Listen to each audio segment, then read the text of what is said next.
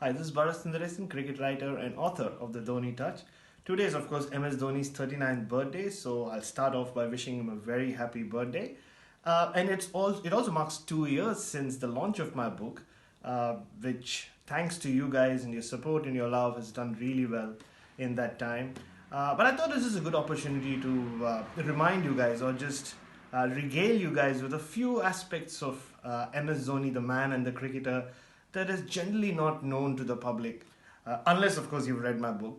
And I want to start with, and a good story is always made of very little elements, like how MS Dhoni is with his phone. We all know that he is the least accessible cricketer India has ever had, for sure.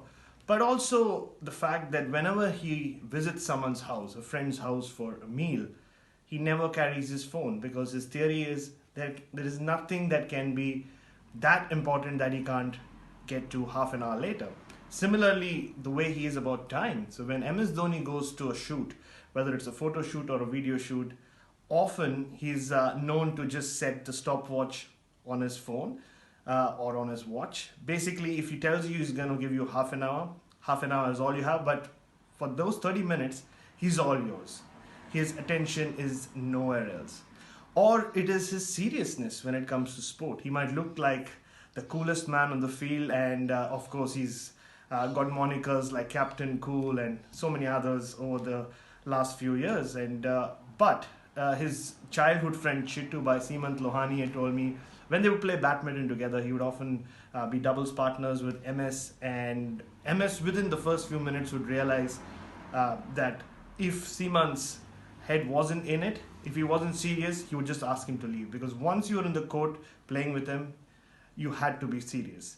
And then, of course, there are aspects of his captaincy that many have agreed with, many have disagreed with. But of course, there's the famous his first ever series was in Australia in 2007-8, where India were beating Australia by a significant margin. But this is back when Australia were indomitable, right? They wouldn't get beaten very often. But he was out there in the middle batting with Rohit Sharma, and when India just needed 3 or 4 runs, he called Rohit, for a little chat in the middle, and he said, "Now, when we're going to win this match, we're not going to celebrate." And he also sent a message back to the dressing room saying that you guys are not going to celebrate, because he wanted to send a message to Australia that beating you is not a big deal. It's just another cricket match, and we've dominated you here. And he also told Rohit that after the game, when you shake hands, don't give them a firm handshake. Just leave your hand limp and just look into their eyes and walk away, which basically meant that he was all building this whole thing about, Australia, we just beat you in ODI, no big deal. But also in that same series, India had a lot of young members, Robin Uthappa, Rohit Sharma in that team, and he told a lot of younger players who'd been copping some flack from some senior Australian cricketers, batsmen in particular, that we won't use cuss words, we won't give it back to them in their style, we'll do it in our style. So every time certain batsmen would walk out to bat, he would get all the younger members to just form a little fake guard of honor and just keep shouting the word respect, respect, respect.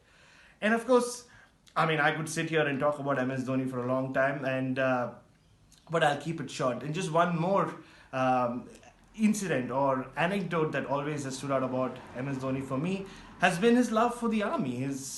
I believe his first love was becoming a Fauji. He just became a cricketer. And I'm told the first time he went to an army camp, the first thing he did wasn't just mingle around with the officers. He went and stood in the sentry post. So it's said in the army, according to my dear friend, and of course someone who's been very close to MS Dhoni over the last 10 years, Colonel Shankar Rembu, that the sentry post is generally given to one of the junior members in the camp, and he's there at night. Like, he is responsible for anything, or if he sees any threat to the camp. And in that spot at night, they say that in the dark everything looks like it's moving, and you can't wait for a general or the head of the camp's orders to shoot or react to whatever you see. It's all on you. And Dhoni just wanted to go and experience that post because of the responsibility and because it doesn't carry a weightage in terms of your position. So these are just some of the many anecdotes that stood out for me about MS Dhoni. But I want to uh, bring this short video to an end with something that I'd written and I think really sums up MS Dhoni and the Dhoni Touch.